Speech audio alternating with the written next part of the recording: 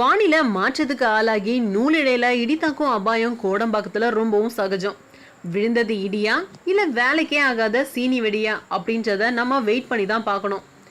அப்படி ஒரு இடியோ வெடியோ விழுந்திருக்குது டைரக்டர் ஹரி மேல. விஜய் வீசியிருக்கிற அந்த டமால் சமாச்சாரம் தான் கோடம்பாக்கத்தோட இப்போ ஹாட் நியூஸே. கொஞ்சம் வருஷங்களாவே டைரக்டர் ஹரி விஜய் வச்சு ஒரு படம் இயக்க போறாரு அப்படின்னு தகவல்கள்லாம் பேசப்பட்டு வந்துட்டு இருந்துச்சு. ஆனா பேச்சாவே இருக்கும், ஒரு முன்னேற்றமும் ஏற்படல. ஆனா கடந்த 4 மாசங்களா இந்த காம்பினேஷனை பத்தி ரொம்ப அழுத்தமாவே பேச்செல்லாம் அடிபட்டு வந்துட்டு இருக்கு. அது மட்டும் இல்லாம அதுக்கு காரணம் புலிப்பட தயாரிப்பாளர் PT செல்வகுமாராம். இவரும் ஹரியும் நல்ல ஃப்ரெண்ட்ஸ். இவங்க மூலமா தான் காய் நகர்த்தப்பட்டதாகவும் பேச்சு வந்துட்டு இருக்கு.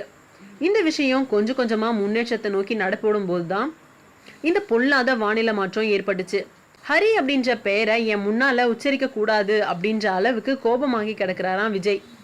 நடுவுல என்ன நடந்திருக்கும், ஏன் இந்த கோபம் அப்படின்னு இதை பத்திலாம் தெளிவான பதில்கள் எதுவும் இன்னும் கிடைக்கல. நான் ஒன்றும் சும்மா டைரக்டர் இல்லை, அவர் என்ன சொல்றது, நான் சொல்றேன் விஜய் வேணாம் அப்படின்ற அளவுக்கு கொதி நிலைக்கு வந்திருக்காராம் ஹரி. விஷயம் பெருசாகிறதுக்குள்ள சீக்கிரமா ஃபயர் இன்ஜினுக்கு ஃபோன் பண்ணி பதப்படுத்துங்கப்பா.